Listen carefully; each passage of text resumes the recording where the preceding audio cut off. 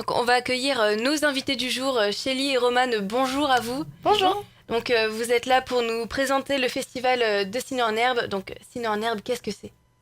Alors Ciné en Herbe, c'est un festival qui regroupe les films sélectionnés par les élèves du lycée Madame de Staël lors du festival du court-métrage à Clermont-Ferrand. Et il y a aussi les films réalisés par les élèves d'options et de spécialité cinéma. D'accord. Et donc vous avez un partenaire officiel? Oui, notre partenaire officiel, c'est Sauf qui peut le court-métrage. C'est lui qui nous fournit tous les films qu'on a demandés.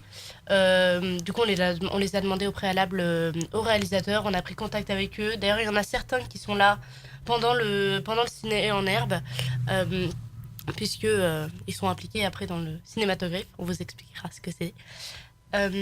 Du coup, oui, il y a des réalisateurs, des producteurs et des acteurs qui sont là bah, pour présenter leurs films et aussi pour aider les plus jeunes. Et donc il y a une compétition scolaire et également professionnelle? Oui, justement, c'est le cinématographe. Oui, alors le cinématographe, donc qui est la compétition des scolaires, se déroule le mercredi. Elle est entièrement gratuite.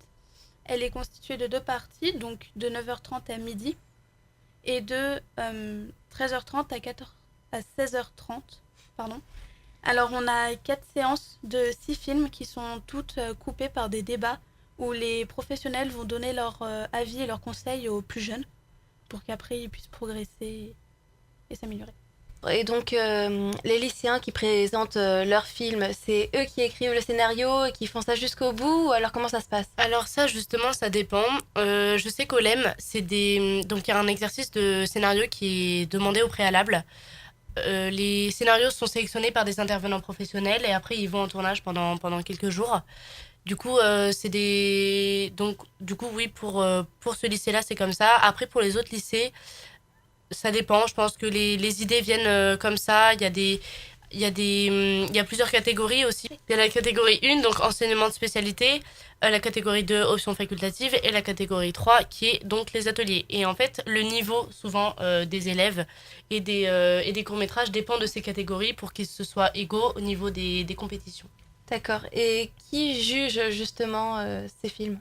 Ça, c'est justement les réalisateurs. Alors le mercredi pour le cinématographe, ce sont les réalisateurs professionnels qui jugent les élèves, mais lors des projections de films professionnels, ce sont les élèves et le public en fait qui jugent les films professionnels et qui font un vote donc sur des petits bulletins comme ceci, avec un nombre de 1 à 6, 1 étant le préféré, et ainsi de suite.